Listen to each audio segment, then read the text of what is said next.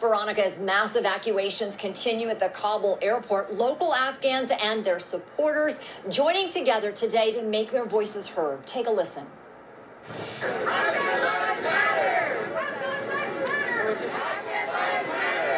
Several dozen protesters gathering in downtown LA today in front of the Hall of Justice. They are urging the president and Congress to lift refugee camps to provide safe harbor for Afghan allies, all the interpreters and their families who have helped U.S. forces all these years.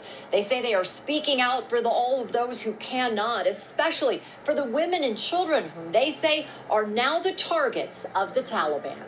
We are urging the entire world to come together and open their borders for people who just lost their homes. We are trying to open our doors, our country, for people who lost theirs, who lost their homes, who lost their voices. So we are raising our voices for those who just lost theirs. In Kabul, the chaos continuing at the airport as evacuation flights have resumed after being paused for a time on Friday. That was due to a backlog in Qatar. U.S. airlines now on notice that they may be called to help in the evacuation of U.S. citizens and Afghan refugees.